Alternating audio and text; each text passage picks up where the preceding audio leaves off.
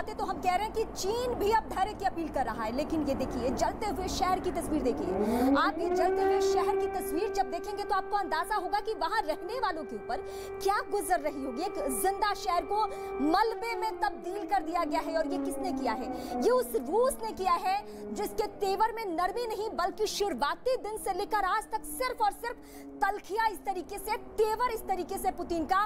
Putin शुरुआती दिन ही कहते हैं जब युद्ध करने वो पहुंच गए, जब उन्होंने हमला करना शुरू कर दिया तो पश्चिमी देशों को लिखकर कहा कि अगर किसी पश्चिमी मुल्क ने अगर दखल दिया तो परिणाम भुगतने के लिए तैयार है। उसके बाद क्या होता है, हर दिन हमने देखा कि अलग अलग शहरों को टारगेट किया गया, और ऐसे करते करते एक दो दिन नहीं, युद्ध में यूक्रेन को आज संघर्ष करते हुए उसके सैनिकों को, उसके आम नागरिकों को 5 दिन गुजर चुका है।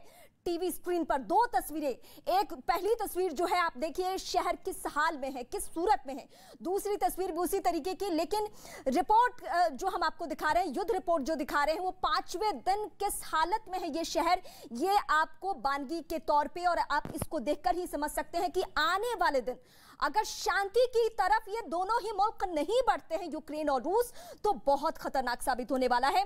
मैं एजीबी जैनी के पास जाती हूं, मेजर जनरल है, डिफेंस एक्सपर्ट सर, मैं आपके पास आती हूं। जैनी सर, ये जो तस्वीरें आप लोग भी लगातार देख रहे हैं, रक्षा एक्सपर्ट हैं, आपने बहुत देखा है ऐसी तस्वीरों को, लेकिन क्या फर्क महसूस हो रहा है आज जो ऐसे 2 मुल्क जो सीमाएं लगती है लेकिन कट्टर दुश्मन और कट्टर दुश्मनी भी इस तरीके से कि बातचीत को तैयार भी है, लेकिन लगता नहीं है कि समाधान निकलेगा?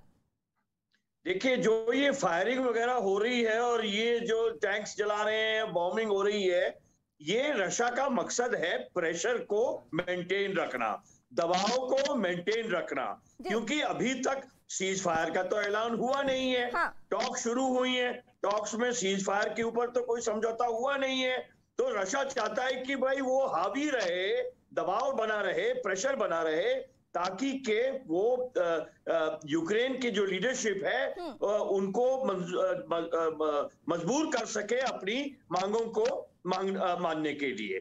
तो ये इसलिए ये बॉम्बिंग वगैरह चल रही है। आज अगर वो एग्री कर जाते कि सीज फायर होगा तो फिर ये बॉम्बिंग वगैरह रशिया बंद कर देगा। लेकिन मैं सबसे पहले वक्ता के पास जे सिंह साहब सर, मैं आपके पास आती हूँ। इस बीच एक और बड़ी खबर हम अपडेट कर दें। ज़ेलेंस्की की यूएस से अपील, क्या अपील किए हुए हम आपको बताते हैं।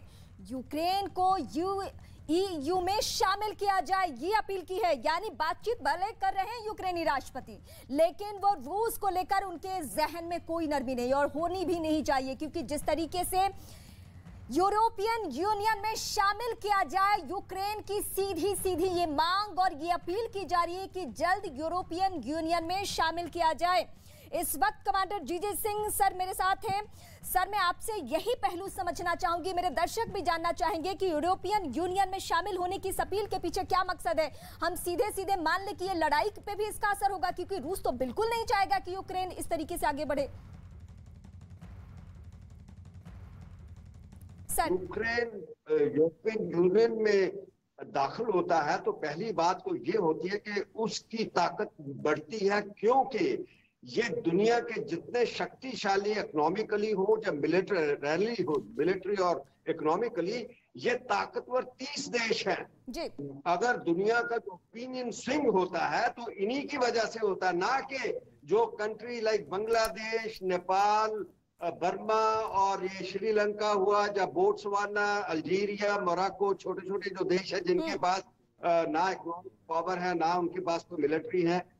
तो ये 30 जो देश हैं यूरोप के, जैसे कि इंग्लैंड हुआ, उसके साथ जर्मनी हुआ, फ्रांस हुआ, इटली हुआ, ये जो ताकतवर देश ज्यादातर यूरोप के हैं और उसके साथ नाटो के जो मेंबर्स हैं। हाँ, अभी दुनिया की सर, मैं इसको समझती हूँ आपसे, लेकिन इस बीच एक और बड़ी खबर, यूक्रेन के राष्ट्रपति की बड़ी अपील।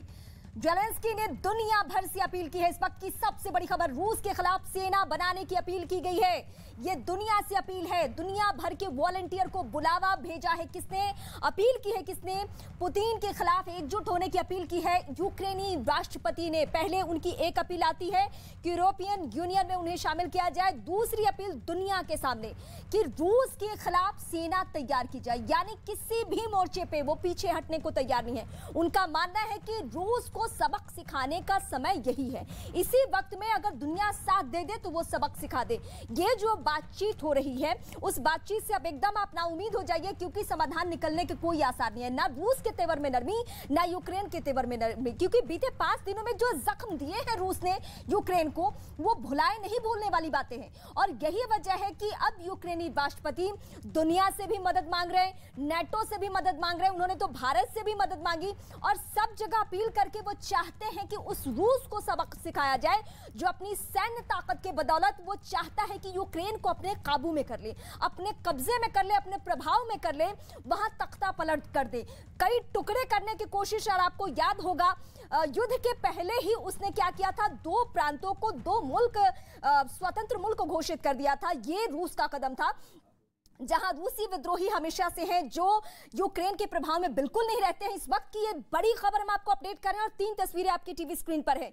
ये 3 तस्वीरें इस वक्त आप देखकर समझ सकते हैं कि आपके मन में अगर ये जरा सा भी है भ्रम कि ये युद्ध खत्म होने जा रहा है, तो ऐसा बिल्कुल नहीं होने जा रहा है, क्योंकि जो आसार बन रहे हैं उसको देखकर हम कह रहे हैं, हम सब उम्मीद करते हैं कि युद्ध खत्म हो जाए, लेकिन फिलहाल जो तेवर है दोनों ही मुल्कों का उसको देखकर बिल्कुल नहीं कह सकते हैं। मिस्टर गुरजीत सिंह सर, पूर्व राजनयिक, इस वक्त मैं एक बार फिर आपके पास आऊंगी। सर, ये पश्चिमी देशों का दखल जो है यही नागवार गुजरा किसको, पुतिन को। ये नाटो का दखल जो है यही नागवार गुजरा किसको, पुतिन को। लेकिन अब ये दुनिया से अपील, यूरोपियन यूनियन में शामिल होने की अपील यूक्रेन की, और इस बीच नाटो का खुलकर सामने आ जाना, क्या लगता है बात बनेगी या बात और बिगड़ जाएगी? ये तो बात बिगड़ने वाली बातें हैं। हाँ। क्योंकि देखिए, यूरोपियन यूनियन में यूक्रेन का शामिल होना तो बहुत दूर की बात है। आज तक टर्की ईयू में नहीं शामिल हो पाया है। ईयू का तो बहुत लंबा प्रोसेस होता है। ये तो बात बनाने की बात है कि देखिए नेटो नहीं, चले हम ईयू में घुस जाएं। ईयू कौन सा आपका इंतजार कर रहा है? दूसरी बात रही कि ये मैं दुनिया भर के अब नए जिहादी इकट्ठे कर लूं रशिया से लड़ने के लिए। जैसे जब सोवियत संघ अफगानिस्तान में आया था उस समय अमेरिका ने जिहादी घुसेड़ दिए थे, और जो बाद में आज तक आपको तंग कर रहे हैं, ऐसी चीजें नहीं करनी चाहिए। हमें कोशिश करनी चाहिए रूस की बात समझने की। हाँ, रूस ने गलत किया है जंग छेड़कर, लेकिन रूस की जो सुरक्षा में एक कमी है वो उसकी पर्सनालिटी में घुसी हुई है, उसको एड्रेस करना चाहिए। अब बार बार उस पर हमला करके तो वो एड्रेस नहीं हो सकता है, लेकिन रूस ने हमला किया है। अब ये जो खट्टी अम्बी उसने खाई है, ये उसके दांत खट्टे करेगी। बिल्कुल सर, मैं आपके पास आती हूं, लेकिन फिर हमारे दर्शकों के सामने एक एक करके तस्वीरें, बड़ी बातें अभी तक, शर्तों के साथ ये